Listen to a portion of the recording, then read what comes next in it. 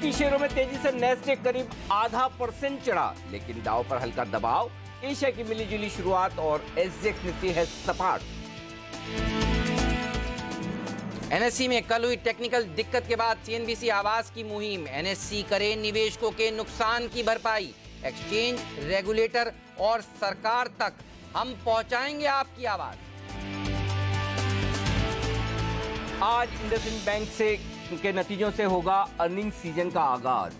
Net interest income में 28% की बढ़त संभव, तो मुनाफा 25% बढ़ने का अनुमान।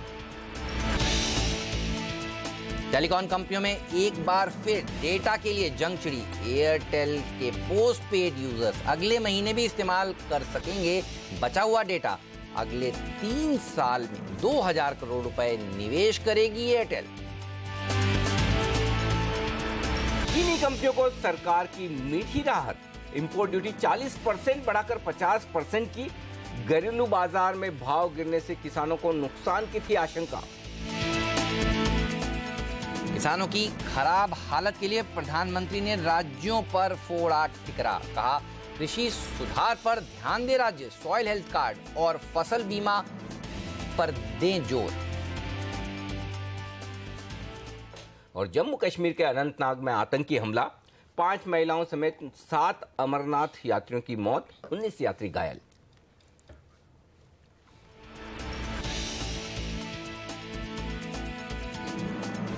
कल के ऐतिहासिक दिन के बाद आज है दुनिया भर के बाजारों से मिले जुले संकेत, लेकिन बड़ा सवाल है कि भारतीय बाजार क्या कुछ और मजबूती बढ़ाकर 9800 के पार निकलेंगे? इन लेवल्स पर की जाए खरीदारी या फिर है मुनाफा वसूली का वक्त? बताएंगे आपको। नमस्कार, मार्केट काउंटडाउन में आप सबका स्वागत है। मैं हूं अनिल सिंह। नमस्कार, और मैं हूं हेमंत घई। और हमारे साथ जुड़ रहे हैं हमारे 2 खास मेहमान, PowerMyWealth.com के फाउंडर और सीईओ संदीप वागले और जोजिस फाइनेंशियल सर्विसेज के गौरांग शाह।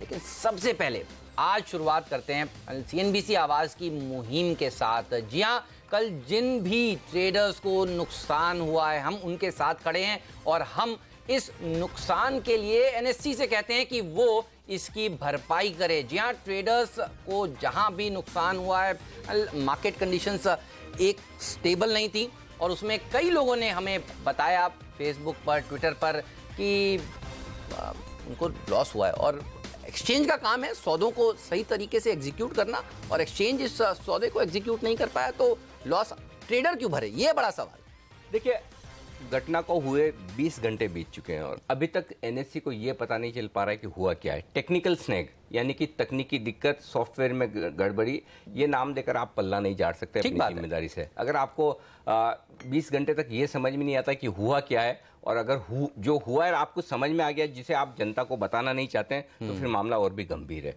सीधी बात यह कि आप एक प्रॉफिट मेकिंग इंस्टीट्यूशन है, कारोबार करने वाली संस्था है, चैरिटी करने वाली नहीं। ऐसे में एनएससी, बीएससी, कोई भी एक्सचेंज हो, मुनाफा कमाने के लिए यहाँ बैठे हैं। सिंपल, मैं अगर एक 20,000 रुपये का टीवी खरीदता हूँ, कोई फ्रिज या एसी खरीदता हूँ, और अगर मैं किसी प्रोडक्ट से संतुष्ट नहीं हूँ, उसमें दिक्कत आती है, तो उस कंपनी की जिम्मेदारी एज ए कंज्यूमर मुझे नुकसान की भरपाई करे। यहाँ पर इन्वेस्टर्स और ट्रेडर्स एक्सचेंज के कंज्यूमर है, इसमें कहीं कोई दो राय नहीं होनी चाहिए। या तो एक्सचेंज अगर no profit no loss basis पर काम करता हो तब तो अलग बात है। जब आप मुनाफा कमाने के लिए काम करते हैं तो आपकी उतनी ही जिम्मेदारी बनती है जितनी किसी और एफएमसीजी या कंज्यूमर कंपनी की है। तो बहुत क्लियर कट केस है और मुझे लगता है कि अब ये फैसला हो जाना चाहिए कि इस तरह की घटनाओं पर सिस्टम ऑफ प्रोसेस क्या रहेगा, किस तरह से एक्सचेंज कब किस तरह से इन्वेस्टर्स को, ट्रेडर्स को इंफॉर्मेशन देंगे, और अगर इस तरह का नुकसान होता है तो उस केस में क्या है। ऐसा नहीं हो सकता कि आप ये कहें हम जांच करेंगे, उसके बाद जरूरत होगी देखा जाएगा। कोई भी ट्रेडर, कोई भी इन्वेस्टर 1 मिनट भी अपने ट्रेड के लिए रुकता नहीं है। उसे तुरंत अपने ट्रेड पर डिसीजन लेना है और प्रॉफिट या लॉस बुक करना है, क्योंकि आपको पता नहीं कि ऐसी सिचुएशन में, या तो एक्सचेंज कह दे कि ऐसी सिचुएशन में हम हमेशा नुकसान की भरपाई करेंगे, तो आप अपना ट्रेड खुला छोड़ दें। ट्रेड आपको बुक करना होता है। मैं ये चाहता हूं एक्सचेंज तुरंत आकर ये कहे कि आप अपने क्लेम्स 2 दिन, 3 दिन, 7 दिन के अंदर अंदर एक्सचेंज पर सबमिट करें। उसके बाद 2 दिन, 3 दिन, 7 दिन के भीतर एक्सचेंज उन पर निर्णय लेगा। अगर क्लेम सही पाया गया तो इतने दिनों में नुकसान की भरपाई की जाएगी। इन्वेस्टर प्रोटेक्शन फंड में आप जो बड़ा पैसा लेते हैं वो आपकी बैलेंस शीट को मजबूत बनाने के लिए, रिजर्व सरप्लस दिखाने के लिए नहीं है, वो उन इन्वेस्टर्स के लिए है जिन्होंने आपको ये पैसा इसी दिन के लिए दिया है। तो ऐसे में बहुत क्लियर कट केस है कि एनएससी को सामने से आगे आकर अच्छा रुख दिखाते हुए कहना चाहिए कि हाँ हम भरपाई करेंगे, और अगर वो ऐसा नहीं करते हैं तो इस पर यह फैसला सेबी को लेना चाहिए, इस पर यह फैसला फाइनेंस मिनिस्ट्री को लेना चाहिए। बिल्कुल, सेबी को इन्वेस्टर प्रोटेक्शन फंड के में जो पैसा पड़ा है वो जो क्लेम करेंगे लोग उनको वापस देना चाहिए, क्योंकि देखिए नॉर्मल मार्केट कंडीशन नहीं थी। जो नुकसान हुआ है वो एक्सचेंजेस की वजह से हुआ है, और ये कई लोग हमें ट्विटर पर, फेसबुक पर बताते आ रहे हैं। तो अगर आपने कल हमें नहीं बताया तो आपके पास मौका आज भी है। तो आप हमें हमारी वेबसाइट पर जाइए, हमारे ट्विटर हैंडल पर जाइए CNBC आवाज़ के, और वहां पर बताइए आपको किस तरह के नुकसान हुए हैं। कल के दिन सुबह जब 3 घंटे तक असमंजस की स्थिति बनी हुई थी, कभी बाजार खुलता था, कुछ ट्रेड्स हो जाते थे, कुछ ट्रेड अटके रहते थे, कुछ नुकसान हुआ लोगों को, बहुत लोगों को नुकसान हुआ। देखिए 3 बार एक बार चलाने के बाद जाकर एक बार, चलिए वो तो सब हो गया। अब एक और चीज इंपॉर्टेंट है, और वो ये कि NSE ने इंश्योरेंस भी लिया हुआ है डिजास्टर सिस्टम के लिहाज से। कभी इस तरह की घटना हो जाए तो जाहिर सी बात है वो इंश्योरेंस क्लेम करेंगे। इंश्योरेंस क्लेम किस बात का है? इंश्योरेंस क्लेम इस बात का है कि अगर इस तरह की कोई सिचुएशन और NSE के सिस्टम ना चले, उसकी वजह से NSE के कारोबार का जो नुकसान हो उसको, उसकी भरपाई NSE को। तो NSE ने तो अपने नुकसान की भरपाई कर लेनी है इंश्योरेंस से। इन्वेस्टर्स का क्या, वो किससे लेंगे? वो थोड़ी इंश्योरेंस लेके बैठेंगे कि किसी दिन एक्सचेंज बंद हो गया और उसकी वजह से हमारा ट्रेड ना हो पाए तो हमें इंश्योरेंस पॉलिसी लेनी पड़े। ये पॉलिसी एक्सचेंज ने लिए, उसका पैसा आप क्लेम करें, करे तो करे, ना करे तो ना करे, लेकिन इन्वेस्टर्स का पैसा दबा करना बैठे, ट्रेडर्स का पैसा दबा करना बैठे, आपकी जिम्मेदारी है कि उनका पैसा पूरा आपको दे देना चाहिए। ये CNBC आवाज़ की आज मुहिम है जो हम दिन भर चलाने वाले हैं।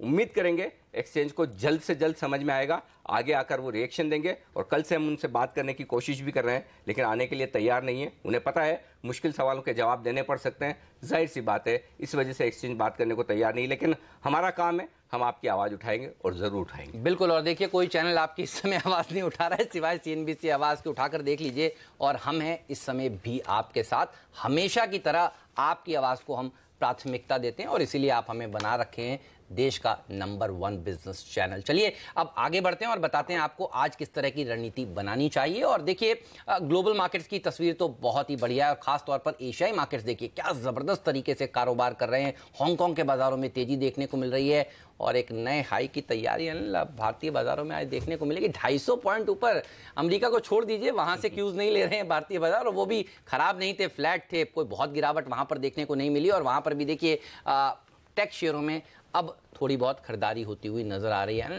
जबरदस्त क्यूज हैं, बल्लेबाजी करें, बैटिंग करें, बुल्स फुल फॉर्म में। बिल्कुल 100%, कोई इसमें दो राय नहीं कि तेजी का बाजार है। लेकिन आज के लिए मेरी रणनीति थोड़ी सी अलग है, अलग इस लिहाज से कि आज के सेशन में मेरा फोकस मिड कैप और स्मॉल कैप शेयरों पर है। कल की बड़ी उछाल के बाद आज बाजार में सीमित तेजी होगी, लेकिन उतनी बड़ी नहीं जितनी आप कल देख चुके हैं, उतनी भारी भरकम नहीं। तो ऐसे में आज फोकस आपका शिफ्ट हो जाना चाहिए कैश मार्केट के स्टॉक्स पर। स्मॉल कैप मिड कैप शेयरों पर पूरी तरह से फोकस करें। दूसरा, निफ्टी 9700 थोड़ा दूर है यहाँ से 70 पॉइंट, लेकिन निफ्टी पर 9700 और बैंक निफ्टी पर 23,700, ये दो लेवल ऐसे हैं जो निर्णायक लेवल पे। अब निफ्टी तो अपने निर्णायक लेवल से काफ़ी ऊपर है, लेकिन बैंक निफ्टी अपने निर्णायक लेवल से 25 पॉइंट नीचे कल बंद हुआ है। मैं ये नहीं कह रहा कि कमज़ोर बंद हुआ है, लेकिन आज के लिए निर्णायक लेवल 23,700, यानी कि बैंक निफ्टी अगर 23,700 के ऊपर टिका रहता है, बना रहता है, तो तेज़ी और बढ़ेगी, और उसके नीचे रहता है तो थोड़ा सा वक्त बिताने की कोशिश करेंगे। निफ्टी की ट्रेडिंग रेंज बिल्कुल ऊपर की तरफ शिफ्ट होती हुई दिख रही है, बैंक निफ्टी की ट्रेडिंग रेंज ऊपर की तरफ शिफ्ट होती दिख रही है। अब जो नई ट्रेडिंग रेंज निकल कर आ रही है, जो पहले 9,500 9,700 थी, अब ये रेंज सीधे 150 पॉइंट ऊपर बढ़ गई है, 9,650 से 9,850, ये है अब निफ्टी की नई ट्रेडिंग रेंज। और बैंक निफ्टी की नई ट्रेडिंग रेंज 23,450 से 23,950 की तरफ शिफ्ट होती हुई दिख रही है। अब दो लेवल आप नोट कर लीजिए क्लोजिंग बेसिस पर। अगर निफ्टी 9,650 के ऊपर लगातार क्लोज होता रहे, बिल्कुल घबराने की जरूरत नहीं। जब तक 9,600 के ऊपर बंद हो रहे हैं, डरे नहीं। 9,650 के नीचे बंद हो तो ही तेजी की पोजीशन कम करें। और बैंक निफ्टी जब तक 23,450 के नीचे बंद ना हो, तब तक डरे नहीं, तभी तेजी की पोजीशन कम करें। अदरवाइज अपनी तेजी की पोजीशन को आप बनाए रखें। अब ये सारे पॉजिटिव के बीच में एक संकेत सावधानी का, और वो है पुट कॉल रेशियो। कल 1.34 पर पहुंचा है, ये पुट कॉल रेशियो काफ़ी ऊपरी स्तरों पर आ चुका है। और अगर आज फर्ज करें एशियाई बाजारों की मजबूती के साथ भारतीय बाजार और दौड़ लगाते हैं और पुट कॉल रेशियो 1.38 और 1.4 के आसपास पहुंचता है, निफ्टी 9,800 से 9,850 की रेंज में मिलता है, तो आप प्रॉफिट बुक कर लें और आराम से बैठे 50-75 पॉइंट के करेक्शन के लिए। आज मिलेगा या कल मिलेगा ये पता नहीं, लेकिन उन लेवल्स पर खरीदारी करनी है तो सिर्फ कैश मार्केट के स्टॉक्स में। तब आप दिग्गज शेयर ना खरीदे, वायदा कारोबार के शेयर ना खरीदे, वहां पर बाजार ओवरबॉट होता हुआ नजर आएगा। ओवरबॉट होने का मतलब ये नहीं कि उस लेवल पर पहुंचा और तुरंत करेक्शन दे दिया। करेक्शन कब देगा? बाजार अपनी मर्जी से देगा, लेकिन वहां पर आपको सावधान हो जाना है। तो एकमात्र संकेत सावधानी का ये डेटा में आता दिख रहा है। आज का ट्रेडिंग पैटर्न, निफ्टी में तेजी करें 9700 के स्टॉप लॉस के साथ, और ऊपर की तरफ 9800 9850 दो लेवल है।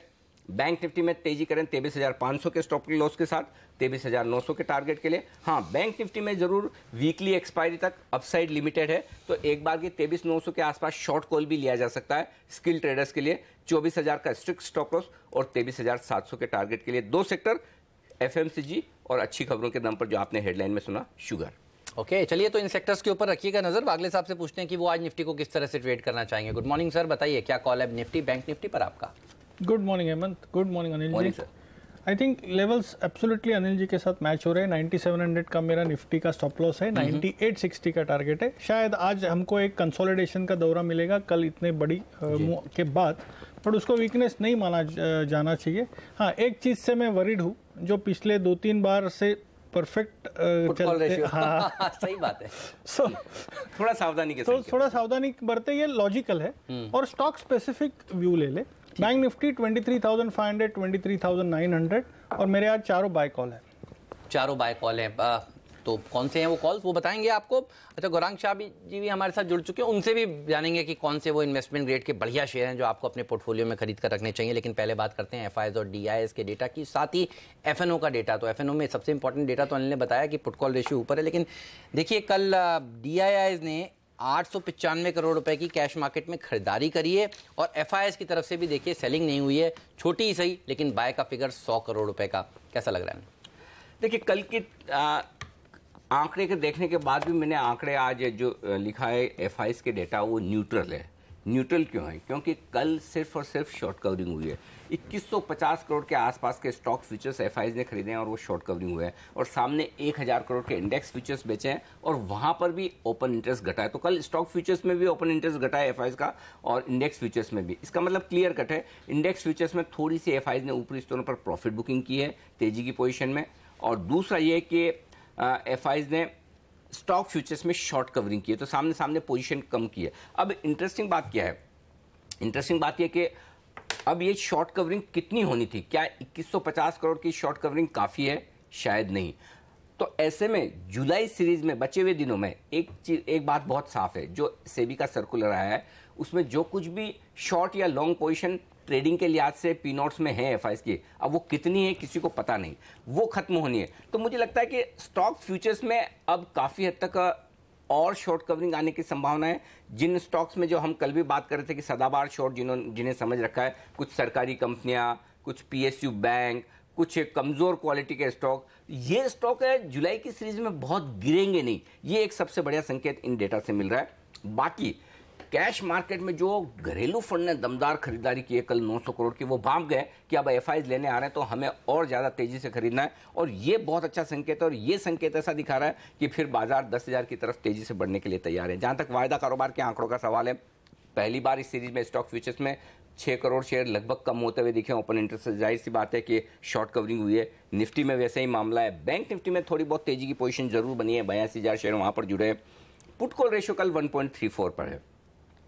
1.4 के आसपास मेरे लिए अलार्मिंग लेवल है, क्योंकि हम मिड सीरीज में हैं या सीरीज की शुरुआती कारोबार में। तो अगर 1.4 हो, बस कॉम्बिनेशन क्या चाहिए? हाईएस्ट ओपन इंटरेस्ट का साथ और put call ratio 1.4। Highest open interest इस वक्त है, जो रेंज शिफ्ट हुई है कल 100 पॉइंट दोनों ऊपर चले गए।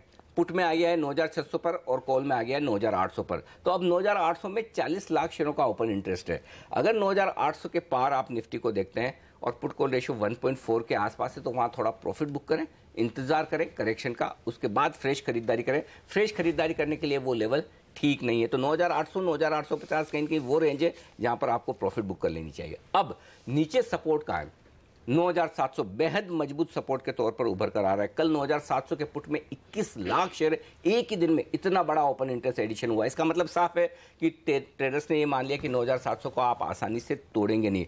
और सबसे बड़ी चिंता मुझे आज इस बात की है, ये चिंता मेरी मंदी करने वाले ट्रेडर्स के लिए है कि अब भी 9,700 के कॉल्स में आपका 38 लाख शेयरों का ओपन इंटरेस्ट घटा है। और मैं बार बार यही कहता हूं कि ये मंदी करने वाले ट्रेडर्स इतना लंबा इंतजार करते हैं कि मौका मिलेगा, लेकिन वो मौका मिलता नहीं है। और अब जब कल इतना निर्णायक रूप से 9,700 क्रॉस हुआ है, इतना ऊपर जाकर बंद हुआ है, उसके बावजूद 38 लाख शेयरों का ओपन इंटरेस्ट, और कल मुश्किल से 2 लाख शेयर कम हुए हैं खाली। इसका मतलब है कि जिन्होंने कॉल्स बेचे वो अभी भी अपनी मंदी काटने को तैयार नहीं है। और ये बाजार के लिए बहुत बढ़िया संकेत है कि अगर बाजार 25-50 पॉइंट नीचे आया भी तो तुरंत शॉर्ट कवरिंग का सहारा आपको निचले स्तरों पर मिलेगा और वो खरीदारी आती दिखेगी। तो बाजार की डाउन साइड रिस्क लिमिटेड है, अपसाइड का जगह खुलता हुआ नजर आ रहा है। 9,800 के ऊपर अगर आज आपने क्लोजिंग दे दी तो फिर और तेजी बढ़ने वाली है, इसमें कोई डाउट नहीं है।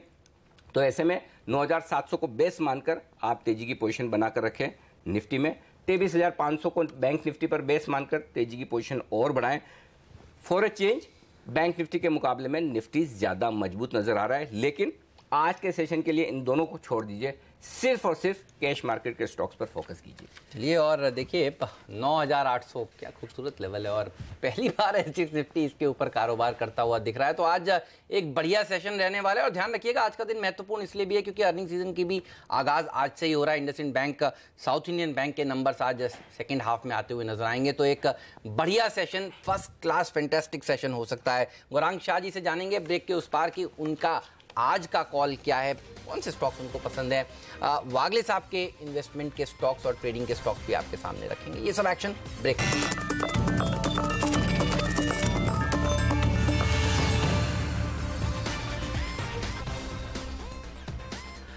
5 के 5 एक्सपर्ट्स निफ्टी पर बुलिश होने भी चाहिए। कल के बड़े उछाल और नए रिकॉर्ड्स के बाद तेजी का मौका है, लेकिन तेजी में सावधानी रखनी है। और सावधानी क्या, लेवल्स नीचे के क्या अहम है वो नोट कर लीजिए। 9,700 अगर आप पोजिशनल ट्रेडर हैं तो ये आपके लिए है स्टॉप लॉस, और डे ट्रेडर हैं तो 9,740 के आसपास भी आप स्टॉप लॉस रख सकते हैं। तो रेंज जो सपोर्ट की है वो बेहद साफ है, 9,700 से 9,740, और ऊपरी स्तरों पर 9,800 से 9,850 की रेंज है जहां पर निफ्टी में आज आपको करनी है मुनाफा वसूली। ओके, चलिए अब आपको बताते हैं कि कौन सी वो 5 खबरें जिनके चलते आज शेयर रहने वाले हैं फोकस में। जानते हैं 5 का पंच। देश के सबसे बड़े बैंक एसबीआई की सब्सिडरी कंपनी एसबीआई लाइफ के आईपीओ को सेबी की मंजूरी मिल चुकी है और इस आईपीओ के जरिए एसबीआई लाइफ 8 करोड़ शेयरों का आईपीओ लेकर आएगा। बजाज इलेक्ट्रिकल्स के ऊपर रखिएगा नजर। देखिए, इन्होंने कंपनी को कर्ज दिया था स्टारलाइट लाइटिंग, और उस कर्ज को वापस नहीं कर पाई कंपनी, और उसके बाद अब यहाँ पर हिस्सेदारी बढ़ा ली गई। एक तरह से कहें कि बिल्कुल अब ये कंपनी इन्हीं की होने वाली है, ऐसा समझ में आ रहा है। स्टारलाइट लाइटिंग में हिस्सेदारी 19% से बढ़कर अब 47% हो गई है। तो बजाज इलेक्ट्रिकल्स के शेयर में आज दिख सकती है रौनक। तमाम शुगर कंपनियों पर आज रखिएगा नजर, क्योंकि सरकार ने बड़ा एक्शन लिया है, और वो एक्शन ये कि शुगर पर इंपोर्ट ड्यूटी 10% से बढ़ाकर 50%, सीधा 40% इंपोर्ट ड्यूटी बढ़ाई है। थोड़ा सा ज्यादा बढ़ने का अंदाजा था, लेकिन फिर भी 40% इंपोर्ट ड्यूटी बढ़ना भी कम बात नहीं है। जाहिर सी बात है कि सरकार का इरादा है कि किसानों को राहत मिले, और किसानों को राहत मिलने के लिहाज से चीनी कंपनियों के लिए भी राहत की बात होगी, क्योंकि घरेलू बाजारों में चीनी के दाम होंगे ज्यादा या स्टेबल रहेंगे। तो आपके हमारे लिए एकदम साफ संदेश है, चीनी का उपयोग कम करें, हेल्दी भी रहेंगे, वेल्दी भी रहेंगे। बिल्कुल, और अब मिठाई वाला सीजन आ रहा है, फेस्टिवल सीजन, उससे पहले जनरली हम चीनी के दाम बढ़ते हुए देखते हैं। बहरहाल जिनके पास इन्वेंट्रीज है उनके लिए एक बड़ी राहत की बात। इस सेक्टर पर हम आराम से आगे भी बात करेंगे, गौरांग शाह जी से ही पूछेंगे उनको कैसे लगते हैं इसके फंडामेंटल्स। लेकिन बात करते हैं अब अगले शेयर की, और वो है ओएनजीसी। लेबनान में दरअसल ऑयल एंड गैस फील्ड्स की बोली लगाएगा ओएनजीसी का जो विदेश आम है, तो इस शेयर पर भी रखिएगा नजर। इमामी ग्रुप की 2 कंपनियों का होगा विलय, जंडू रियल्टी और इमामी इंफ्रा, दोनों ही मिला जुला एक तरह का कारोबार करती है, और इसके चलते दोनों कंपनियों का विलय किया जाएगा। इससे क्या होगा, रियल एस्टेट और इंफ्रा कारोबार एक ही कंपनी में आ जाएगा, और इस कंपनी के लिए फिर पूंजी जुटाना आसान होगा।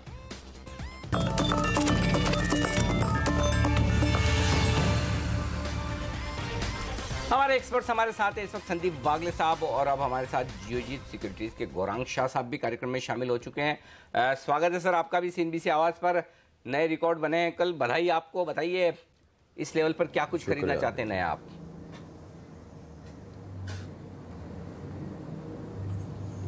बधाई आपको और सभी को भी हो अनिल जी, और ये देखना ज़रूरी होगा कि शॉर्ट कवरिंग को लेकर के कितना ऊपर टिक सकता है बाजार। नई खरीदारी को देख करके जो आंकड़ा है वो इतना कुछ हमें कन्विंसिंग नहीं लग रहा है। हो सकता है 9,745, 9,785, 9,820 ऊपर के तरफ के दायरे, ये नीचे और ऊपर के तरफ के दायरे की मैं बात कर रहा हूँ। बैंकिंग और ऑटोज अच्छे लग रहे हैं। प्राइवेट सेक्टर बैंक में ICICI बैंक और 4 व्हीलर ऑटो में टाटा मोटर्स पर खरीदारी की कवायद है। मध्यम से लंबी अवधि के नज़रिए से राय दे रहे हैं हम। 365 का लक्ष्य ICICI बैंक पर और करीबन 520 का पहला लक्ष्य टाटा मोटर पर, दूसरा लक्ष्य टाटा मोटर पर लंबी अवधि के नज़रिए से 580 का बना करके चल रहे हैं। ICICI बैंक, टाटा मोटर पर रखिएगा नज़र। एक्सपेक्टेशंस यही बन रही हैं कि इस बार नतीजे भी बहुत ही उम्दा आने वाले हैं। सर गुड मॉर्निंग, ये बताइए कल जो शॉर्ट कवरिंग देखने को मिली बाजार में भी और काफ़ी सारे स्टॉक्स में, Reliance communication, PNB, OBC, bank of India, ये जो शॉर्ट कवरिंग जो बनी थी आज भी जारी रह सकती है क्या? आपका आकलन क्या है? जो सेबी ने अपने एक नई गाइडलाइंस जारी करी जिसमें कहा कि भाई पी नोट्स को वाइंड अप करना पड़ेगा, उसके चलते क्या आज भी अच्छी शॉर्ट कवरिंग मूव देखने को मिल सकता है?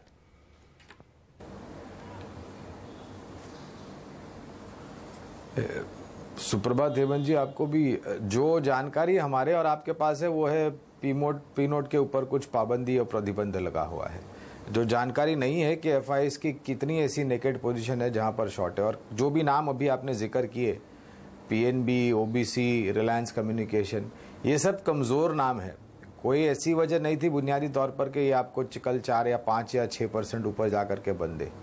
तो आंकड़ा क्या है शॉर्ट कवरिंग का वो पता नहीं है, कितना कल कवर हुआ है और कितना बाकी है।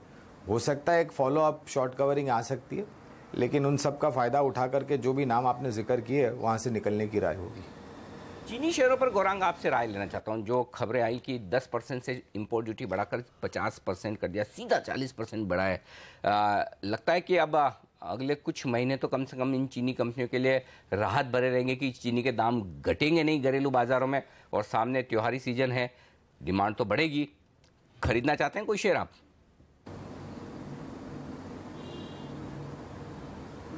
तो अनिल जी, एकमात्र स्टॉक पर कवरेज थी चीनी क्षेत्र में बलरामपुर चीनी, और वहां पर भी जो मेरे ख्याल से बायबैक ऑफर आया था 175 के आसपास, लक्ष्यांक मुकम्मल हो चुके हैं।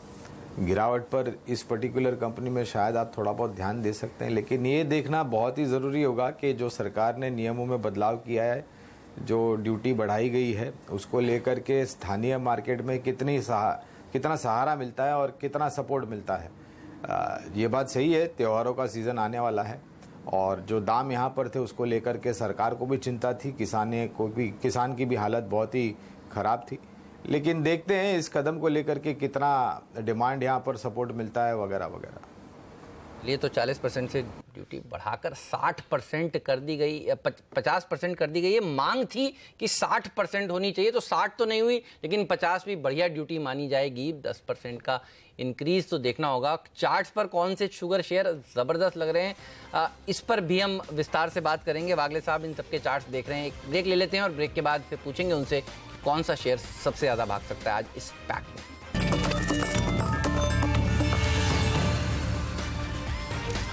हमारे एक्सपर्ट्स हमारे साथ हैं संदीप वागले और गौरांग शाह। लेकिन अब वक्त है FIs की रिपोर्ट्स लेने का, और आज ऑटो सेक्टर पर काफ़ी इंटरेस्टिंग रिपोर्ट्स आई हैं, तो शुरुआत उसी के साथ की जाए। हमारी सहयोगी हर्षदा सावंत हमारे साथ हैं। हर्षदा, बताइए कौन से स्टॉक्स आज ऑटो सेक्टर से कवरेज में है? टाटा मोटर्स एक हॉट फेवरेट है आजकल, और इस पर देखिए 2 रिपोर्ट्स आई हैं।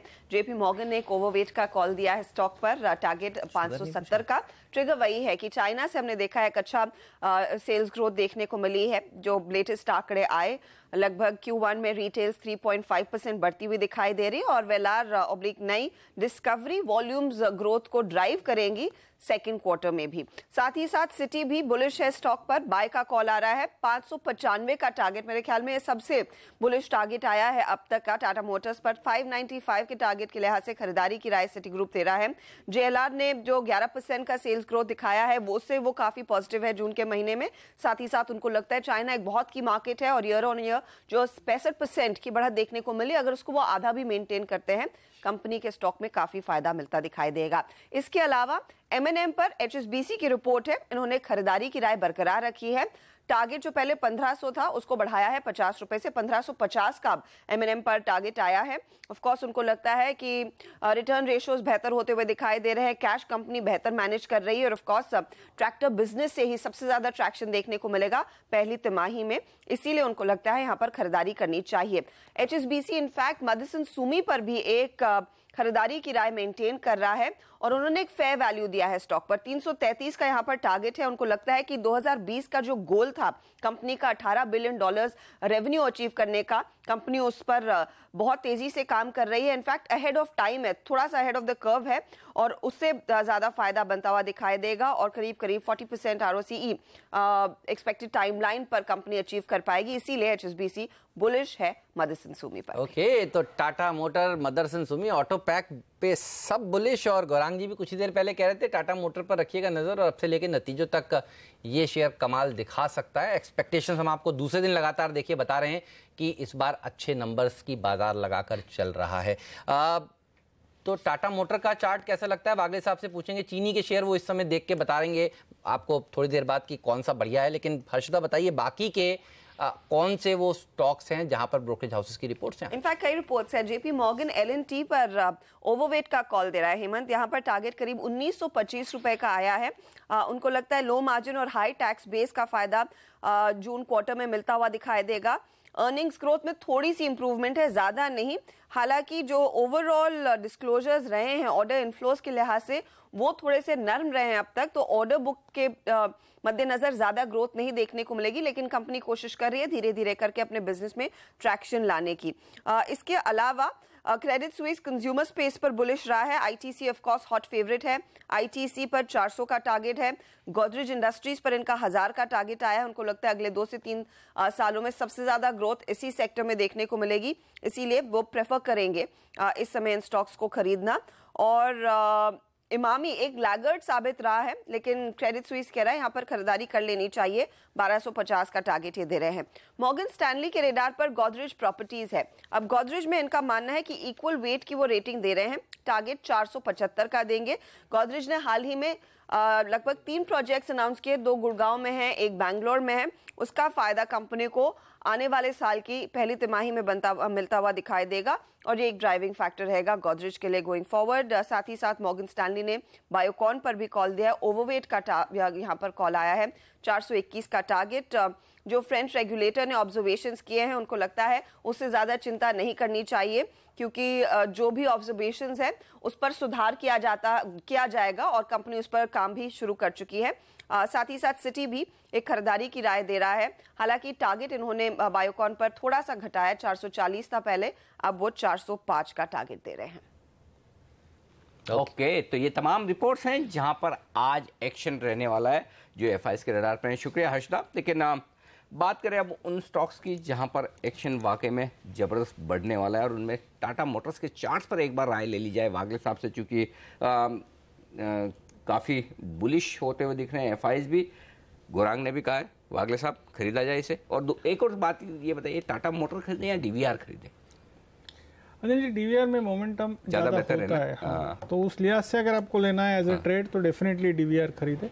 टाटा मोटर्स में मुझे लगता है एक स्ट्रॉन्ग सपोर्ट है जो कि 415 420 वो ब्रीच नहीं होगा। ऑन द अपसाइड 480 का एक स्ट्रॉन्ग रेजिस्टेंस है, 480 490। जैसे ही वो ब्रेक होगा मैं 550 की बात करूंगा। तो रफली between 420 430 on the down side, 500 550 on the upside, ये कुछ 1 से 3 महीने का व्यू होगा। और कोई चीनी की कंपनी आपने बहुत सारी देखी इस दौरान, कोई दम है या छोड़ देंगे इस सेक्टर? क्योंकि देखिए आज सब गैप अप खुलेंगे, गैप अप खुलने के बाद और बढ़ने का दमखम रखते हैं या फिर फिजल आउट हो जाएगी वो तेजी? हेमंत, ट्रेडिंग मूव के लिए अगर आप बात करो, अब 4-5% गैप अप खुलेगा और 5-7% जाएगा, बट यहाँ से 50% का अपसाइड ऐसा कोई स्टॉक में व्यू नहीं बैठता है। तो मैं एक धामपुर मुझे अच्छा लग रहा था बेस्ड ऑन ट्रेडिंग पैटर्न, 220 तक जा सकता है, करेंटली 198 है। तो बट ऐसा कोई एक्साइटिंग पैटर्न नहीं है कि मैं इन्वेस्टमेंट की राय दूँ ये लेवल पे। ओके, तो ये शुगर शेयरों में ज़्यादा गैप से खुले तो फिर खरीदारी ना करें, ये राय चार्ट्स के लिहाज से वागले साहब की। लेकिन देख लेते हैं आज का सबसे बड़ा एक्शन में रहने वाला स्टॉक, और वो है इंडसइंड बैंक, क्योंकि आज इसके नतीजे आने वाले हैं। और इंडसइंड बैंक के साथ ही आप ये कह सकते हैं कि नतीजों की सीजन की प्रॉपर शुरुआत हो रही है।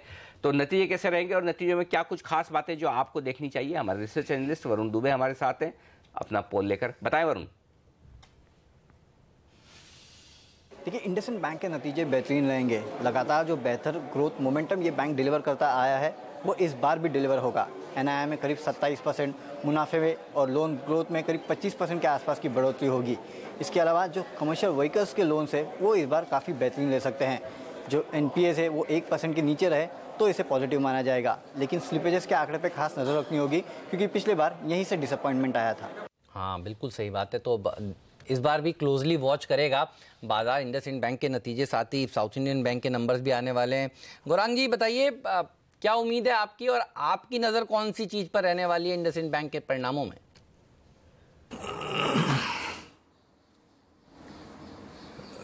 कुछ अहम पहलू हेमंत, जो प्रोविज़न है वो शायद नीचे की तरफ आ सकते हैं क्योंकि एक बड़ा कॉरपोरेट हाउस जो हाल ही में खबरों में था और सीमेंट कारोबार को बेच करके जो परिस्थिति में सुधार हुआ है उसके कारण शायद प्रोविजनिंग आंकड़ों में सुधार हो इंडसइंड बैंक के।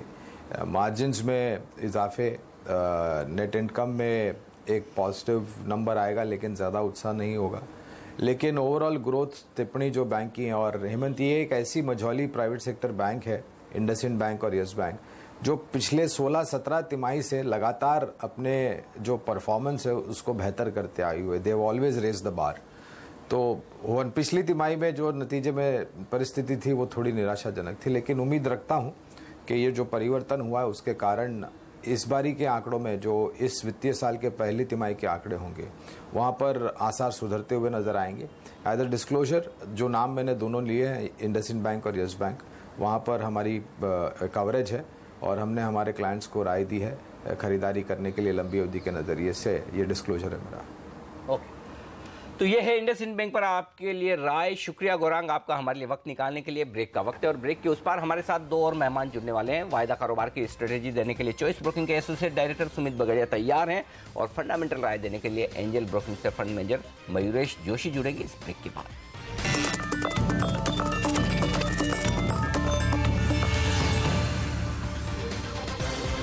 हमारे एक्सपर्ट्स हमारे साथ से संदीप वागले साहब और अब मयूरेश जोशी और सुमित बगड़िया साहब भी कार्यक्रम में शामिल हो गए। तो अभी इस सेगमेंट में हम एक काम करते हैं, सबकी पिक्स लेते हैं। बिल्कुल। वागले साहब, आप बड़े देर से इंतजार कर रहे हैं, दमदार शेयर कौन से आपकी लिस्ट में, पहले आप बताइए। मैं अनिल जी कैनरा बैंक से शुरुआत करूंगा। कल बहुत ज्यादा बात हुई है। कैनरा बैंक सुबह हम बात कर रहे थे। ओपन इंटरेस्ट और पैटर्न, यस, शायद ये हो सकता है कि आज ना चले बट अगले 3-4 दिनों में मुझे लगता है ये स्टॉक आउट परफॉर्म आप ऐसे डर डर के क्यों बोलते हो? नहीं, क्योंकि एक आध शेयर जब एक दिन में बहुत चल जाता है तो लोगों की एक्सपेक्टेशन बढ़ती है और वो इमीडिएटली ट्रेडर्स एक्सपेक्ट करते हैं, जो नहीं होता है तो प्रॉब्लम होती है। इसके लिए ठीक है, मतलब दैट वे कोई ऐसा लॉस ऑफ कॉन्फिडेंस बिल्कुल भी नहीं है। वही चेक कर रहा था। स्टॉप लॉस होगा 356, टारगेट 378, शायद ये 400 के ऊपर भी जाएगा पोजिशनल व्यू लेते हैं तो। टाटा ग्लोबल एक स्टॉक है जो काफी महीनों से अंडर परफॉर्म कर रहा है। मुझे फर्स्ट टाइम वो स्ट्रेंथ, वो वॉल्यूम बिल्टअप दिख रहा है जिसमें अच्छी खासी तेजी और 200 की तरफ की मूव की शुरुआत दिख रही है। मैंने ये 3-4 दिन के व्यू से बाय दिया है 162 के स्टॉप लॉस से for a target of 178। STC मेरा तीसरा बाय कॉल होगा, 167 का स्टॉप लॉस, टारगेट होगा 183। और गुजरात फ्लोरोकेम, इसमें वीकली पैटर्न काफ़ी राउंडिंग बॉटम जिसको हम कहते हैं वो हुआ है। अगले कुछ हफ्तों में ये स्टॉक आउट परफॉर्म करेगा। एज अ ट्रेड मैंने 825 के स्टॉप लॉस से बाय दिया है फॉर अ टारगेट ऑफ 915। 1 से 2 हफ्ते का व्यू है। 1 से 2 हफ्ते का पोजिशनल व्यू है गुजरात फ्लोरो, इस पर रखिए नजर और बाकी के स्टॉक्स पर भी। सुमित बगड़िया जी हमारे साथ जुड़ चुके हैं, चॉइस ब्रोकिंग के associate director. Sumit, good morning. बताइए आपके टॉप ट्रेडिंग आइडियाज आज के लिए कौन से हैं? Good morning Hemant. वेल, कल निफ्टी के अंदर एक अच्छा मूव हमको देखने को मिला, बट बिकॉज ऑफ कुछ ग्लिचेस की वजह से शायद उसको एंजॉय नहीं कर पाया। मेरे ख्याल से वैसा ही मूव निफ्टी के अंदर वापस मिलने वाला है और अगले 1-2 दिनों में हमें एक अच्छा मूव निफ्टी के अंदर देखने को मिलेगा, जिसके अंदर शायद दोबारा से हमें 80 से 100 पॉइंट की निफ्टी के अंदर तेजी देखने को मिल सकती है। ये तेजी अगर आती है तो बहुत सारे स्टॉक्स में हमें एक तेजी देखने को मिलेगी, जिसके अंदर सबसे पहला स्टॉक है पीएनबी। पीएनबी के अंदर हमें ऐसा लगता है कि यहां से एक तेजी देखने को मिलनी चाहिए। कल स्टॉक ने एक अच्छा मूव दिखाया जिसके अंदर 153 के आसपास की हमें क्लोजिंग देखने को मिली है। 147 के स्टॉप लॉस से इसके अंदर फ्रेश बाइंग बनती है। प्रेजेंट लेवल से कोई 2 रुपए की अगर गिरावट मिले तो खरीदारी करके चले। ऊपर में हमें ऐसा लगता है कि यहाँ से 10 से 12 रुपए का मूव आने वाले कुछ ही दिनों में दिखाएगा, यानी 165 तक के लेवल्स हमको पीएनबी के अंदर देखने को मिल सकते हैं। दूसरी तरफ भारतीय एयरटेल ने कल बहुत अच्छा मूव दिया है। 375 के लेवल से हम इसके अंदर बाइंग रेकमेंड कर रहे हैं। प्रेजेंट लेवल से शायद हो सकता है 5 से 7 रुपए की गिरावट देखने को मिले, क्योंकि कल का मूव बहुत स्ट्रॉन्ग था और बहुत बड़ा था। अगर ऐसा गिरावट आता है तो खरीदारी करें। प्रेजेंट लेवल्स पे भी बाय रहेगा। 390 का इसके अंदर स्टॉप लॉस रहेगा भारतीय एयरटेल के अंदर, और ऊपर में इमीडिएटली 430 440 ये टारगेट्स होंगे भारतीय एयरटेल के। स्टॉक का ब्रेकआउट है 375 380 लेवल्स के लेवल्स ब्रेक करने के बाद वो ब्रेकआउट के टारगेट्स बनते हैं ओवरऑल 440 से 450। तो ये मूव हमको बहुत जल्दी देखने को मिल जाना चाहिए। निफ्टी और बैंक निफ्टी दोनों ही स्ट्रांग लग रहे हैं। इंट्राडे में या 1 से 2 दिनों में शायद हो सकता है कि बैंक निफ्टी हमें 24,000 तक के लेवल्स दिखाए, तो बैंकिंग स्टॉक्स में भी हमें एक अच्छा मूव देखने को मिलेगा, और निफ्टी से रिलेटेड फ्रंट लाइनर स्टॉक्स में हमें एक अच्छा मूव देखने को मिलेगा। और निफ्टी इस बार ऐसा लगता है कि जल्दी ही 10,000 के लेवल्स टच कर जाना चाहिए। अगर आपको याद हो तो 2 महीने पहले या 2.5 महीने पहले हमने 9,000 या 9,100 का लेवल क्रॉस करते ही कहा था, अब की बार निफ्टी 10,000। शायद लगता है कि ये अभी बस सच होने ही जा रहा है। आने वाले कुछ ही दिनों में शायद हमको ये लेवल देखने को मिल सकते हैं। भी याद है सुमित, और आपके मुंह में पहले से ही घी शक्कर, ये 10,000 का लेवल जो आपने अब बताया था, देखिए आज एसजीएक्स निफ्टी 9,800 के ऊपर जा रहा है और तेजी, हमने इनके मुंह में घी शक्कर पहले से डाल दिया, अब इनकी बारी है मिठाई खिलानी है। बिल्कुल बिल्कुल, आपका नारा याद है सुमित, अब की बार 10,000, और फिर ये जल्दी से दूसरा नारा आप तैयार कीजिए, सेंसेक्स अब की बार 50,000। बिल्कुल बिल्कुल। चलिए तो तेजी होगी। मयूरेश जी, आपका क्या इरादा है, इन लेवल्स पर क्या कुछ खरीदना चाहते हैं आप? Morning Anil ji, I think थोड़ा सिलेक्टिव रहना पड़ेगा, बट मिड कैप स्पेस से ऑटो एंसिलरीज में हमारा राजा बैटरीज काफी पसंद आ रही है अनिल जी ये लेवल्स पे। 2-3 मुख्य कारण, एक जो इनकी स्ट्रॉन्ग पेरेंटेज है जॉनसन कंट्रोल्स की, और जैसे इन्होंने ग्रोथ दर्शाई है पिछले 5 से 6 वर्षों में, थोड़ा अंडर परफॉर्मेंस जरूर रहा है पिछले वर्ष में, लेकिन मेरे ख्याल से आई थिंक जो मार्केट लीडर है एक्साइड, उसके साथ कंपटीशन काफी आई थिंक हॉटअप होगी, और ये 2 ही ऑर्गेनाइज प्लेयर्स हैं in the battery space itself. Second, I think जो लेड प्राइसेस का इंक्रीज हमने देखा था, बिल्कुल इनपुट कॉस्ट बढ़े थे और इबिटा मार्जिन्स पे एक दबाव आया था, बट गोइंग फॉरवर्ड दोनों कंपनियां I think is going to take price hikes, जिसकी वजह से मिटिगेशन हो सकता है in terms of how the margin compression has been. Volume growth I think OEM market, replacement market, दोनों तरफ से आई थिंक तगड़ी होनी चाहिए। इंडस्ट्रियल स्पेस इज वेल, जो टेलीकॉम बैटरीज प्रोवाइड करते हैं, वहां पे भी आई थिंक जो डिमांड हमें दिख रहा है वो काफी स्ट्रांग है। तो मुझे लगता है आई थिंक एक 17-18% की जो एक रेवेन्यू और अर्निंग्स ग्रोथ है, ये बिल्कुल बरकरार हो सकती है अगले 2 वर्षों के लिए हमारा राजा के लिए।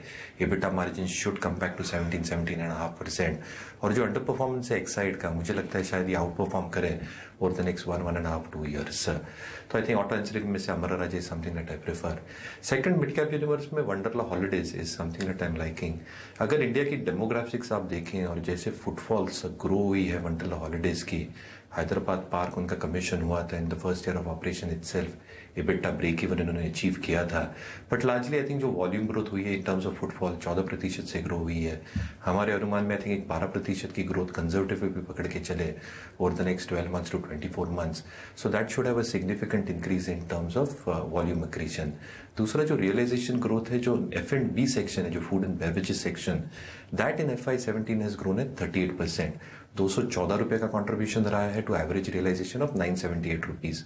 कहीं ना कहीं हमें लगता है I think contribution from this front will go on increasing, और जो रिजॉर्ट्स रेवेन्यू है वहाँ के occupancy around 56% at 4,600 should also increase. तो मेरे ख्याल से आई थिंक 20% की कंजर्वेटिव टॉप लाइन और अर्निंग्स ग्रोथ लें तो आई थिंक जो स्टॉक कैश फ्लो जनरेट करते हैं ऑपरेशन से 100 करोड़ का, जो डेट इक्विटी है 0.3, good monsoons, good demographics, I think stock काफी स्वीटली प्लेस्ड है। तो I think Wonderla holidays on declines is something that I'll continue to prefer. The third stock that I probably like from the larger universe at this point of time real estate space से Mahindra life spaces है। Sales cycle इसका inventory cycle से ज्यादा है, इसका मतलब यही होता है जो कैश फ्लोज रेवेन्यू रिकग्निशन है I think is far better than its peers. दूसरा, अगर आप इसकी बैलेंस शीट देखें, जो रेवेन्यू रिकग्नाइज्ड है और to be recognized is almost 950 और to be recognized is almost 1450। तो कहीं ना कहीं आई थिंक एक 500 करोड़ का रेवेन्यू रिकग्निशन अभी भी बाकी है from projects which are still on. तो मुझे लगता है at one time price to book this is also very attractive option. Okay, चलिए तो इन स्टॉक्स पर रखिए नजर, और एक और एक्सपर्ट हमारे साथ जुड़ गए हैं, कुणाल सरावगी जी, सीईओ इक्विटी रश के दिल्ली से। सर स्वागत है आपका, गुड मॉर्निंग। बताइए आपके टॉप ट्रेडिंग आइडियाज कौन से हैं आज के लिए? Good morning Hemant. देखिए, सबसे पहले मुझे लगता है सिटी यूनियन बैंक में खरीद करनी चाहिए। इसमें एक ब्रेकआउट हमने कल देखा था। मुझे लगता है कि 188 189 तक ये चला जाएगा। 182 पर स्टॉप लॉस रखकर यहाँ खरीद के आए हैं। कैनरा बैंक, जिसमें कल एक गैप अप ओपनिंग हमने देखी थी, एक गैप बना था और इस गैप को ब्रेकअवे गैप कहते हैं। मुझे लगता है कि और बड़ी तेजी बनेगी, 373 तक ये चला जाएगा। स्टॉप लॉस यहाँ पर 356 पर रख करके बाय करने की राय है। भारत फाइनेंशियल इंक्लूजन, इसमें भी एक चार्ट ब्रेकआउट हमने कल देखा था, तो मुझे लगता है आज भी यहाँ पर फॉलो थ्रू बाइंग देखने को मिलेगी। 785 के लक्ष्य से खरीदें और 753 पर यहाँ पर स्टॉप लॉस रखें। और अंतिम स्टॉक होगा वकरंगी, जहाँ पर के हमने एक बहुत अच्छा स्ट्रक्चर बनते हुए देखा है, आउट परफॉर्मिंग काउंटर है। मुझे लगता है 455 तक चला जाएगा। स्टॉप लॉस 435 पर रखने की राय है। ओके, तो ये है तमाम स्टॉक्स जहां पर खरीदारी करने की राय कुणाल की। City union, Canara bank, Bharat financial, ये वायदा कारोबार के शेयर और वक्रांगी कैश मार्केट का स्टॉक यहां पर तेजी करने की राय है कुणाल की तरफ से। वक्त एक ब्रेक का, ब्रेक के बाद लौटेंगे, कुछ और बेहतरीन स्टॉक्स पर लेंगे राय जहां पर आज दिखने वाला एक्शन। हमारे चारों एक्सपर्ट्स हमारे साथ हैं, आप भी बने रहिए। शानदार सेशन होने वाला है भारतीय बाजारों के लिए। हांगकांग के मार्केट्स पर नजर रखिए, एसजीएक्स निफ्टी पर नजर रखिए। 9800 के ऊपर आज खुलेगा, इस तरह के संकेत देखने को मिल रहे हैं। और सुमित, आपका नारा जो 10,000 की निफ्टी जल्द होने का, उसके साथ साथ मुझे याद है पिछले हफ्ते आपने एक बात और कही थी कि लिकर शेयरों में आपने चैनल चेक किया है और यूनाइटेड स्पिरिट्स आपको पसंद है। आज सुप्रीम कोर्ट की हियरिंग होने वाली है।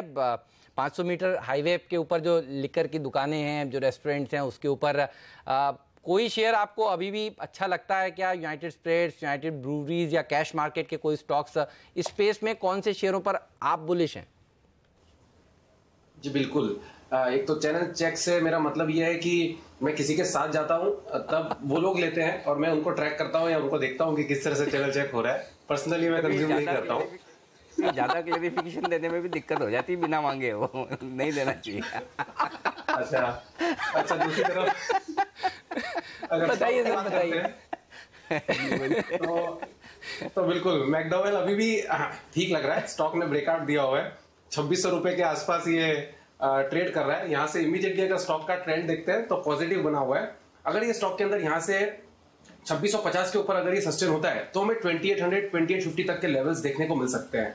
ये स्टॉक में जब तक नीचे में 2550 का लेवल ब्रेक नहीं होता है तब तक एग्जिस्टिंग लॉन्ग पोजीशंस होल्ड करके चलना चाहिए। फ्रेश बाइंग भी प्रेजेंट लेवल्स पे की जा सकती है। 2550 का स्टॉप लॉस होगा और 2650 के ऊपर जैसे ही ये ट्रेड करना स्टार्ट होगा तो 150 से 200 पॉइंट की तेजी इसके अंदर मान के चले 2800 तक के टारगेट देखने को मिल सकते हैं। 2550 का स्टॉप लॉस। महीने में 11%, यानी 1 तारीख से अब तक 11%। तो जो चैनल चेक इनके मित्र गए थे उन्होंने देखा था वो बहुत परफेक्ट था। मैं तो ये कहना चाहूंगा, क्या अच्छी तेजी स्टॉक में देखने को मिली है। साहब, आप भी बुलिश हैं इस पे?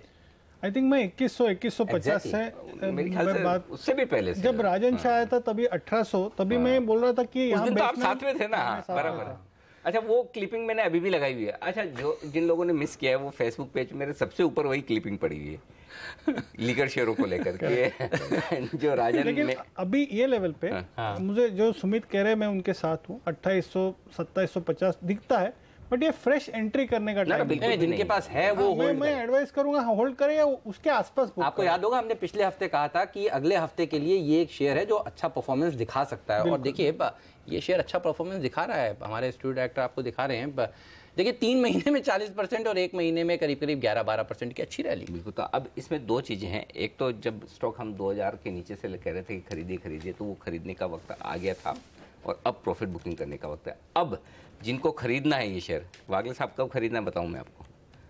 ये खरीदने का वक्त तब होगा जब ये स्टॉक 3,500-4 हज़ार के पार निकले, तब ये यूनाइटेड स्पिरिट्स नहीं होगा। अगर ये डियाजियो हो गया तब खरीदा जाना चाहिए, क्योंकि बाकी सारे पॉजिटिव्स इस प्राइस में आ चुके हैं। सिर्फ एक पॉजिटिव, जिस दिन इस कंपनी का नाम बदलेगा और कंप्लीट कंट्रोल डियाजियो के हाथ में होगा, तब फिर ये स्टॉक का न सिर्फ 5,000 होगा, न सिर्फ 10,000 होगा, शायद 3,500-4 हज़ार के लेवल पे आप मुझे पैटर्न पे दिख रहा है। हम 7-8 हज़ार की बात करेंगे और हम 2,500 के स्टॉप लॉस से बाय करेंगे। ये बिल्कुल मुझे मतलब विचार मिलते हैं आपके और मेरे। चलिए ओके, तो उम्मीद करेंगे किसी दिन ये भाव भी आपको दिखे और तब हम आपको बताएंगे कि किस तरह से इस कंपनी की री रेटिंग होने वाली है। फिलहाल ना खरीदने का वक्त आएगा, बताएंगे। ब्रेक का वक्त है। उससे पहले सुमित बगड़िया ने एक ऑप्शन की रणनीति दी जो बाकी रहेगी, तो वो पूछ लेते हैं सुमित जी से। सुमित जी बता दीजिए।